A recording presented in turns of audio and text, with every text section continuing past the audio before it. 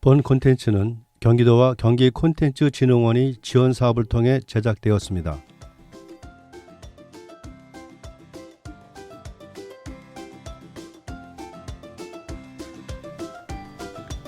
다름을 나눕니다. 별별수원입니다. 별별수원은 각자의 다른 생각을 나누고 공유하는 별의별 이야기들의 소쿠리 같은 모임입니다.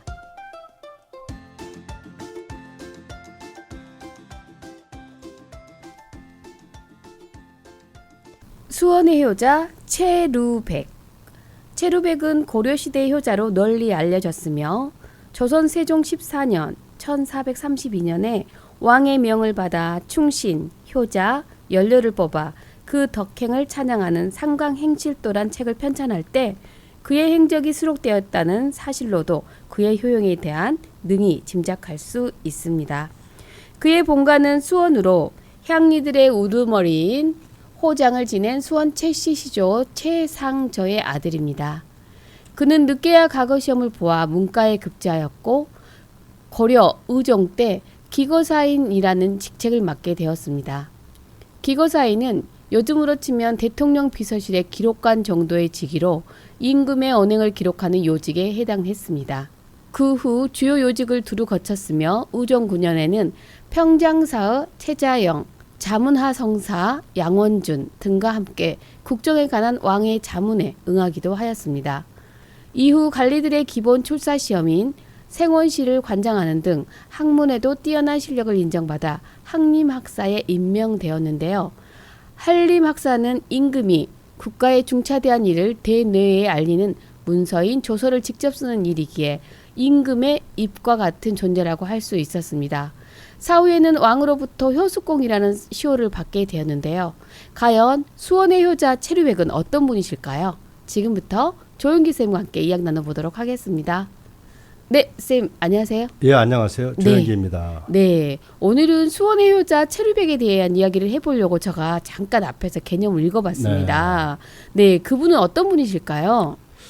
일단 수원의 효자 최루백은 뭐 전국적으로 네. 알려졌고 또 그리고 설화에 나온도 하지만은 이야기는 설화지만은 일단 각종 기록에 등장하는 실존 인물이죠. 그렇죠. 예, 중국까지 널리 알려졌다 할 정도로 보면은 그 최루백의 효에 대한 이야기는 고려사 또는 그 세종대의 그 상강행실도 또는 정조 때의 오륜행실도에 나왔고 중국의 금속문서인 해동금속원에 소개될 정도로 중국까지도 알려진 그야말로 전국적으로 동아시아의 유명한 효자죠. 네. 지금도 이제 비석도 있고요, 네. 비문도 있고 그렇죠. 이야기의 시작은 일단 먼저 우리 소개하신 그의 아버지 최상저 씨로부터 시작이 되는 것 같아요. 네. 아버님은 어떤 분이셨을까요? 아버님은 아까도 소개했지만 한림학사에 유명하신 분이고 해서 나름대로 또 호장 역할을 하셨고 그래가지고서 향리를 으뜸으로 하는 직책이 있어가지고 또 그리고 얘기도 중간에 나오지만은 또 사냥도 잘 하시고 네. 하는 모양입니다.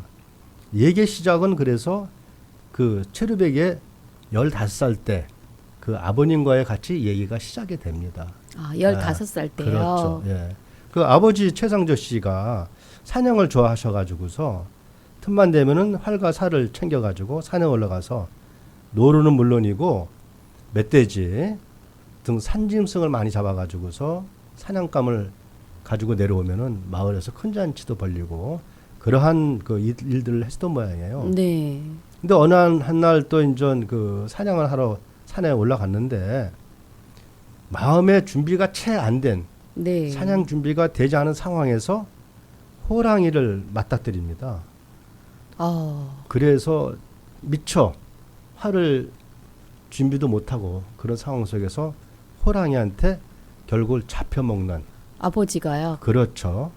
그래서 그거를 호상이라고 그러는데 호환이라고 그러죠. 네. 그 시대 호환이라는 건 상당히 두려운 존재였거든요. 그렇죠. 그래가지고서 이제는 아버지가 유명을 달리하시는데 그 호랑이 공격 받을 때 아마 근처에서 나무를 하던 동네 분들이 네. 그러한 상황을 목격을 하신 모양이에요.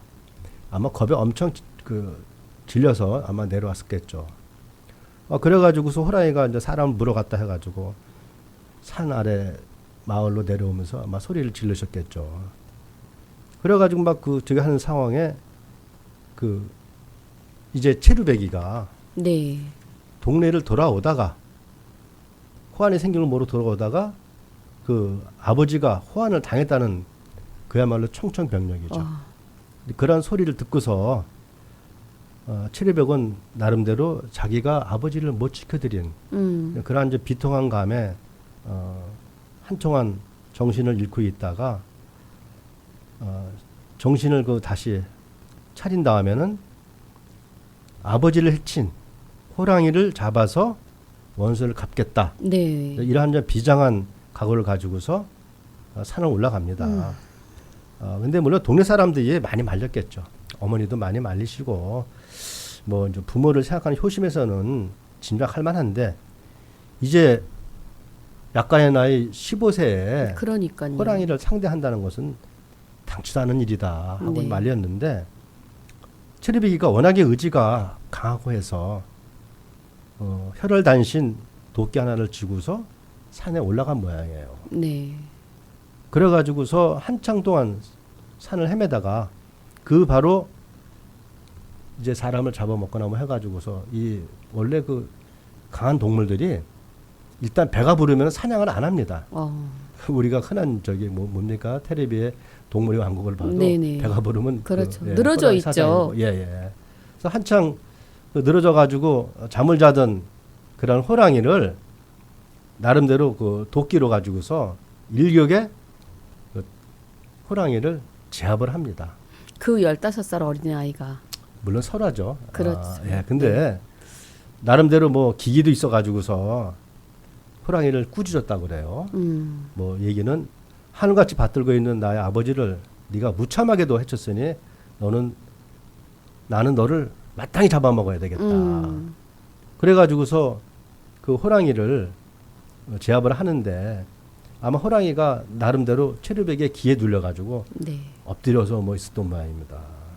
아마 상당히 그 체류백이가 의지가 강했던 거죠. 그래서 일단 뭐 가지고 있던 호랑이 도끼로 호랑이 머리를 내리쳐가지고서 호랑이를 제압하고 그리고 호랑이 배를 갈라서 네. 자기 아버지의 유골과 살을 챙겨가지고 하산해가지고서 나름대로 깨끗하게 모셨겠죠. 네. 그 유골을 정리한 다음에 홍법산이라고 그 남양 쪽에 지금도 그 홍법산이 있어요. 네. 네. 그 서쪽에 안장하여 들였다는 그런 얘기가 있고 그리고 또 그 산소 옆에다가 지금은 좀 그런 모양을 볼 수가 없는데 운망을 짓고서 시접사라고 시묘로 살이를 하죠. 네. 그 3년 동안 시묘 살이를 합니다. 지금은 시묘살이나 시묘하는 그런 집들을 구경을 못해요. 평택, 안성 쪽에 가면은 지금 그 흔적이 하나 남아있는 걸 저도 본 적이 있었는데 지금 뭐 요즘 뭐 39제, 37제 때 다들 다 정리하는 그런 상황이니까. 네네. 그래가지고서 3년간 시묘살이를 하고 그래가지고 이후제나 독립분들한테 큰 기감을 일으키죠. 그러니까 그 시묘살이 하는 그 가운데 어느 한 날 갑자기 그 낮에 잠깐 그 존음을 조는 사이에 그 효성에 감동을 받은 그 아버지가 홀령이 돼서 나타나셔가지고 아마 그 이런 이야기를 한 모양입니다. 가시던 벌 수불에 치고 효자의 여목에 이르니 정이 많아서 눈물이 다 함이 없구나. 흙을 줘서 날마다 무덤에 보태는 마음을 알지는 밝은 달과 맑은 바람뿐이다. 살아서 잘 봉양하고 죽어서 지켜주니 그 누가 효의 처음과 마침이 없다 하랴 할 정도로 아버지가 나타나셔가지고 홀령이 그렇게 그 최류백을 칭찬을 했답니다. 네. 어쨌든 그 호를단신 호랑이를 때려잡은 그런 이야기는 주변에 많이 퍼져 있어가지고 그 얘기가 그 어머니한테도 모두 쏟아냈던 모양이에요. 네. 근데 이런 얘기는 그 다음부터 여러 가지 기록이 있어가지고서 이제 이런 얘기가 나중에 효자비로 나오기도 하고 그래요. 네.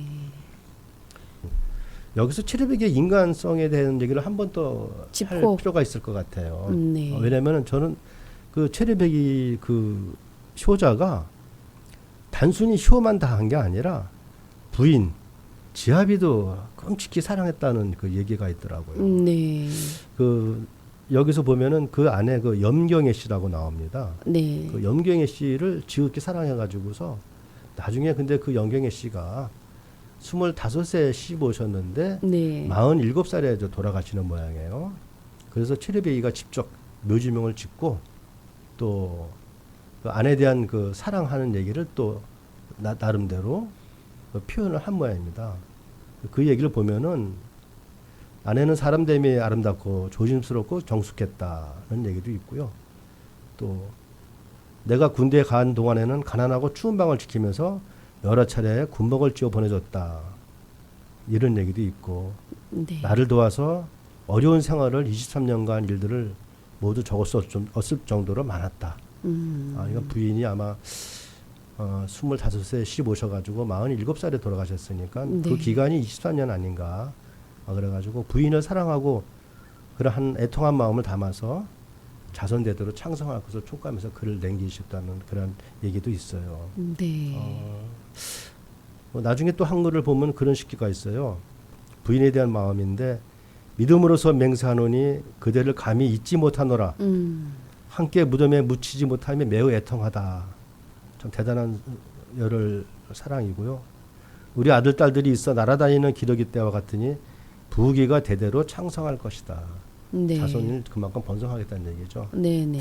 이 정도로 우리 그 최르백은 학자면 학자로서 또는 효자면 효자로서 또 남편은 멋진 남편으로서 그야말로 효를 다했다 할 정도로 알려져 있는 거고요.